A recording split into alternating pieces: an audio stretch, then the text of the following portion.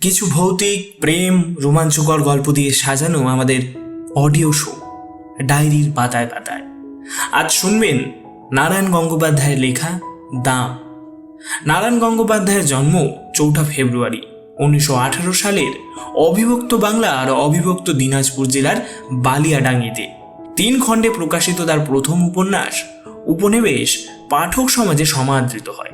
তার উল্লেখযোগ্য ছোট গল্প সংকলন বিতংশ, দুঃশাসন, ভগবতী এবং উল্লেখযোগ্য উপন্যাস বৈজ্ঞানিক, শিলালিপি, লালমাটি, সম্রাট ও সৃষ্টি, পদসঞ্চার সাহিত্যে একটি উল্লেখযোগ্য প্রবন্ধ গ্রন্থ।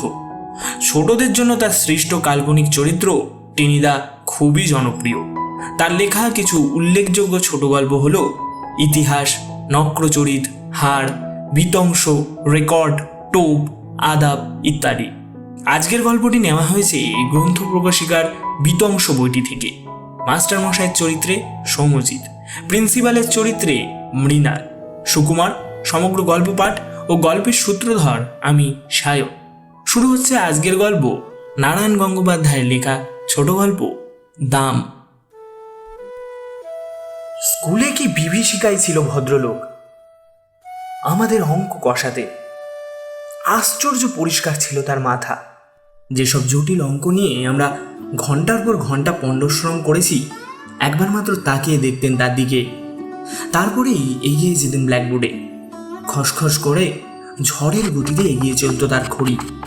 হঠাৎ খড়ি ভেঙে গেলে বিরক্ত হয়ে টুকরো দুটো আমাদের দিকে ছুঁড়ে দিয়ে তৎক্ষণাৎ আরেকটা তুলে নিতেন। একটু পরেই আমরা রোমাঞ্চিত হয়ে দেখতুম ছবির মতো অঙ্কটা সাজিয়ে দিয়েছেন।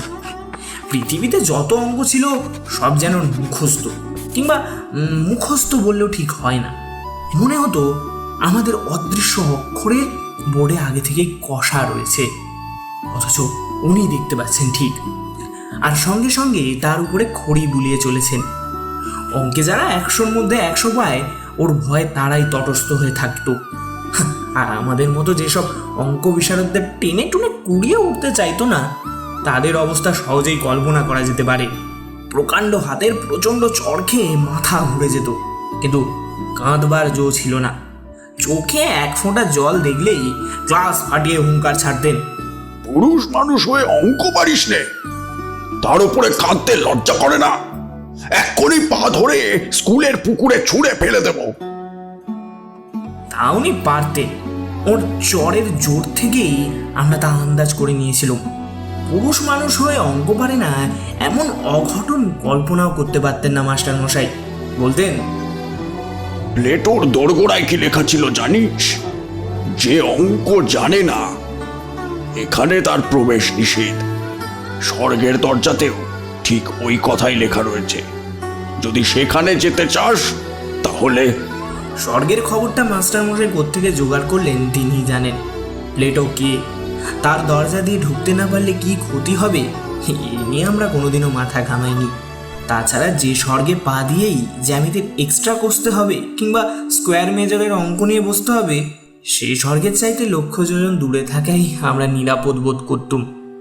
ম্যাট্রিকুলেশনের গণ্ডি পার হয়ে অঙ্কের হাত থেকে রেহাই পেলুম, মাস্টার মশাইয়ের হাত থেকেও। কিন্তু অঙ্কের সেই বিভীষিকা মন থেকে গেল না।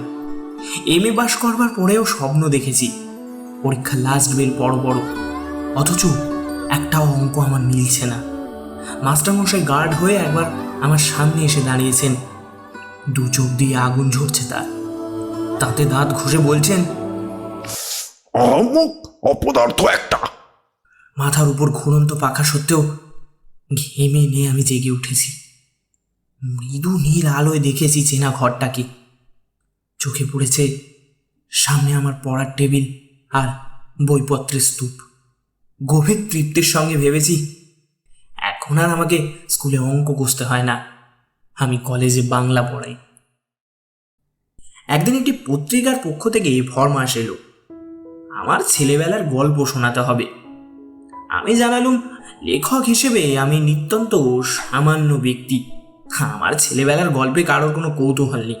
আর তাছাড়া এমন কোনো স্মরণীয় ঘটনাও ঘটেনি যে আসর করে তা লোককে শোনাতে পারি।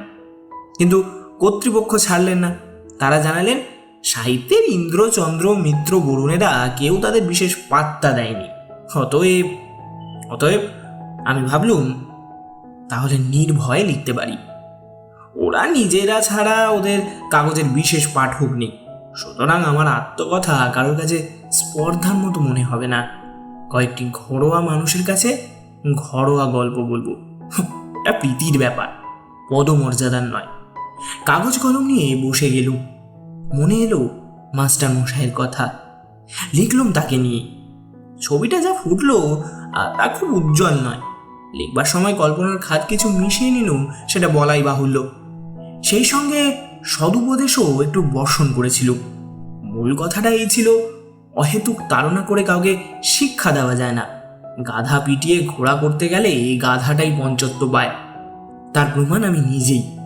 মাস্টার মশাই আমাকে এত প্রহার করেও অঙ্ক শেখাতে পারেননি, বরং যা শিখেছিলুম তাও ভুলে গেছি। এখন 2 আর 2 4 না 5 হয় তা নিজের মধ্যেই সন্দেহ জাগে।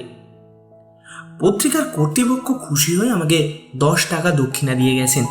মাস্টার মশাইয়ের কাছ থেকে এটুকুই আমার নগদ লাভ। তারপরে আরও অনেক দিন পার হয়ে গেল। সেই লেখার কথা ভুলে গেলুম মাস্টার মশাইকেও। বয়স বেড়েছে, বিনিদ্র রাত্রি যাপনের মতো অনেক সমস্যা এসে দেখা দিয়েছে জীবনে। বর্তমানের দাবিটা এত বেশি জোরালো যে স্মৃতির দিকে তাকাবার অবসর পর্যন্ত মেলে না। এমনই সময় বাংলাদেশের এক প্রান্তের একটি কলেজ থেকে ডাক এলো। ওদের বার্ষিক উৎসব, অতএব আতিথ্য নিতে যেতে হবে ওখানে এবং বক্তৃতা দিতে হবে। এইসব উপলক্ষেই বিনা পয়সায় ঘুরে আসা যায়। তাছাড়া কলকাতা থেকে কেউ বাইরে গেলেই তার রাজোচিত সম্বর্ধনা মেলে। এখানকার চড়ুই পাখিও সেখানে রাজহংসের সম্মান পায়। কলকাতা থেকে দূরত্বটা যত বেশি হয় আমাদের মতো নগণ্যের পক্ষে ততই সুখাবহ। আমি সুযোগটা ছাড়তে পারলাম না। গিয়ে পৌঁছাতে চা খাবার আতিথেয়তার উচ্ছ্বাস। ছেলেরা তো এলোই, 2-4 জন সম্ভ্রান্ত লোক এসেও বিনীতভাবে আলাপ করে গেলেন। এমনকি খান কয়েক অটোগ্রাফের খাতা পর্যন্ত এগিয়ে গেল। রোমাঞ্চিত কলরবে আমি স্বাক্ষরের সঙ্গে সঙ্গে বাণী বিতরণ করতে লাগলুম। ব্যক্তি হিসেবে আমি যে এত মূল্যবান এর আগে কে ভেবেছিল সে কথা। সবাই জাঁকিয়ে বক্তৃতা করা গেল। রবীন্দ্রনাথ থেকে একাধারে কবি, উদ্ধৃতি দিল। দার্শনিক, চিন্তাবিদ ও সর্বোপরি একজন মানবতাবাদী। তিনি বলেছিলেন, সকলের তরে সকলে আমরা, প্রত্যেকে আমরা পরের তরে। এ বাণী যেন মানবতার মূল মন্ত্র, যেখানে বিভাজন নেই, ভেদাভেদ নেই, আছে শুধু ভালোবাসা, সহমর্মিতার একে অপরের প্রতি দায়বদ্ধতা। আজ আমরা যখন দেখি সমাজে হানাহানি, বিদ্বেষ আর অবিশ্বাস, তখন রবীন্দ্রনাথের কণ্ঠে যেন শুনি, যদি তোর ডাক শুনে কেউ না আসে তবে একলা চলো রে। এই আহ্বান আত্মবিশ্বাসের, এই ডাক সাহসে। তার এই বাণী শেখায় মানবতার পথে হাঁটতে যদি কেউ পাশে না থাকে তবু থেমে যেও না, একলা পথ চলো, কিন্তু হৃদয় যেন আলোয় পূর্ণ থাকে। রবীন্দ্রনাথ মানুষের স্বাধীনতার কথা বলেছিলেন, কিন্তু তা কেবল বাহ্যিক স্বাধীনতার নয়। তিনি বলেছিলেন, স্বাধীনতা আমার স্বাধীন চিন্তা, স্বাধীন অনুভব। এই কথাগুলোর ভিতরে লুকিয়ে আছে মননের মুক্তি, যেখানে আমরা সকল প্রকার সংকীর্ণতা থেকে মুক্ত হতে পারি। ভাষা, ধর্ম, জাতি, লিঙ্গ সব পার্থক্যের ঊর্ধ্বে উঠে একটি বৃহৎ মানবতাবোধে আবিষ্ট হতে পারি। তিনি বিশ্বাস করতেন, মানুষের উন্নয়ন কেবল প্রযুক্তিতে নয়, তা হয় সংস্কৃতিতে, হৃদয়ে ও নৈতিকতায়। আজ আমাদের সব থেকে বড় প্রয়োজন এই মানবিক দৃষ্টিভঙ্গির প্রত্যাবর্তন। রবীন্দ্রনাথ আমাদের শেখান, মানুষের মধ্যে খুঁজে নাও মানুষকে। বন্ধুরা, এই পৃথিবীকে আরও একটু সুন্দর, আরও একটু সহানুভূতিশীল করে তুলতে হলে আমাদের ফিরতে হবে রবীন্দ্রবাণীর আলোয়। শেষে জর্জ আর একটা ইংরেজি কোটেশন চালিয়ে দিলাম বার্নার্ড শয়ের নামে। Life isn't about finding yourself. Life is about creating yourself. এই কথাটি আমাদের শেখায় আমরা যেভাবে চাই সেভাবেই নিজেদের গড়ে তোলার ক্ষমতা আমাদের হাতেই। শেষে দেশের তরুণদের নিদারুণভাবে জাগ্রত হতে বলে যখন টেবিলে একটা প্রকাণ্ড কিল মেরে বক্তৃতা শেষ করল, তখন অল্পের জন্য কল্যাণীরা রক্ষা পেল। আর হল ফাটানো হাততালিতে কান বন্ধ হওয়ার জোর। বুড়ো প্রিন্সিপাল পর্যন্ত মুগ্ধ হয়ে আমাকে বললেন, ভারী চমৎকার বলেছেন আপনি। যেমন সারগর্ভ তেমনি সুমধুর। আমি বিনীত হাসিতে বললুম, আজ শরীরটা তেমন ভালো নেই, তাই মনের মতো বলতে পারলুম না। পাশে দাঁড়িয়ে থাকা ছেলেটা বিস্ময়ে চোখ কপালে তুলল। শরীর ভালো নেই তাতেই এরকম বললেন স্যার? শরীর ভালো থাকলে তো অর্থাৎ প্রলয় হয়ে যেত। আমি উদার হাসি হাসলুম, যদিও মনে মনে জানি এই একটি সর্বার্থ সাধক বক্তৃতাই আমার সম্বল। রবীন্দ্র জন্মোৎসব থেকে বন মহোৎসব পর্যন্ত এটাকেই এদিক ওদিক করে চালিয়ে দিই। স্তুতিতে স্ফীত মনে চায়ের পেয়ালায় চুমুক দিয়েছি, এমন সময় একটি ছেলে এসে খবর দিল, এক বুড়ো ভদ্রলোক আপনার সঙ্গে দেখা করতে চান। প্রিন্সিপাল বললেন, বেশ তো, ডেকে আনো এখানে। ছেলেটি বললে, তিনি আসতে চাইছেন না, বাইরে মাঠে দাঁড়িয়ে রয়েছেন। আমার বক্তৃতায় নিশ্চয়ই কেউ অভিভূত হয়েছেন, আমাকে অভিনন্দন জানাবেন। এই অভিজ্ঞতা আগেও হয়েছে, সুতরাং দাক্ষিণ্য পুলকিত চিত্তে আমি বললুম, আচ্ছা চলো, আমি যাচ্ছি।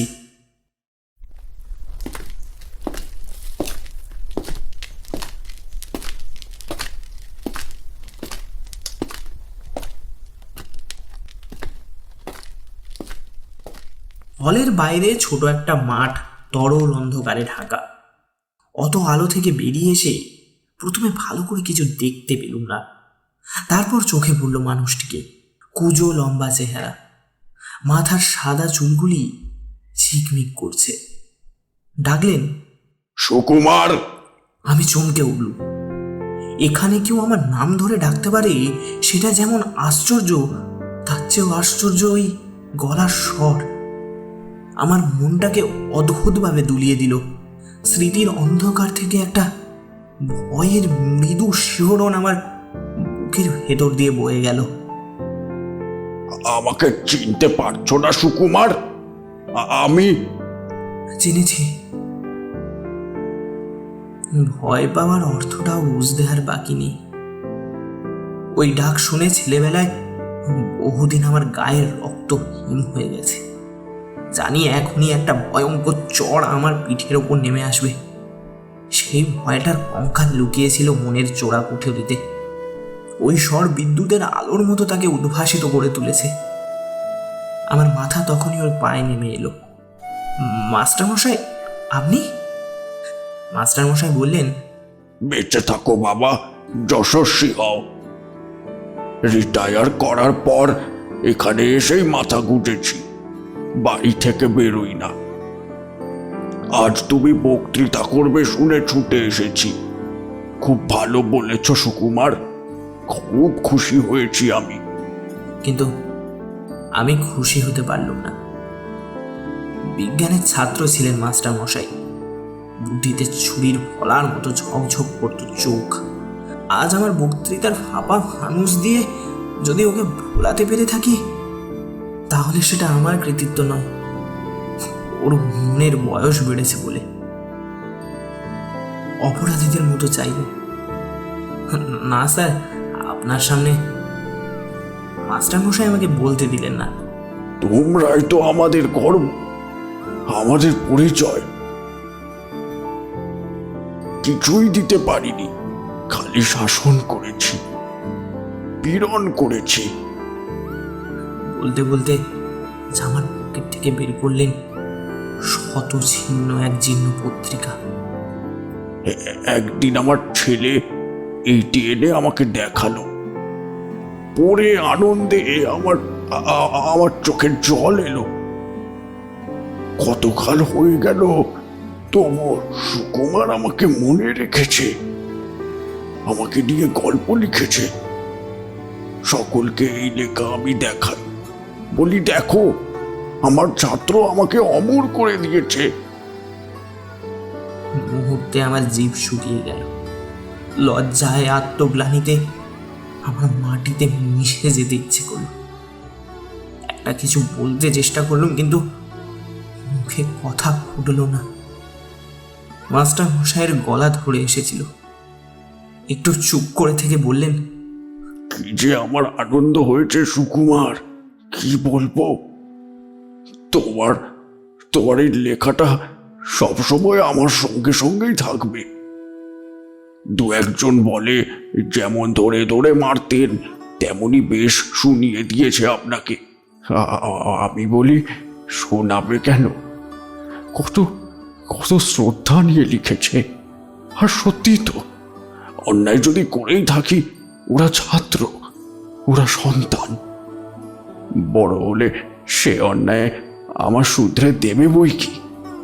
জানো সুকুমার, আনন্দে আনন্দে তোমাকে আমি একটা চিঠিও লিখেছিলাম, কিন্তু কিন্তু পাঠাতে সাহস হয়নি।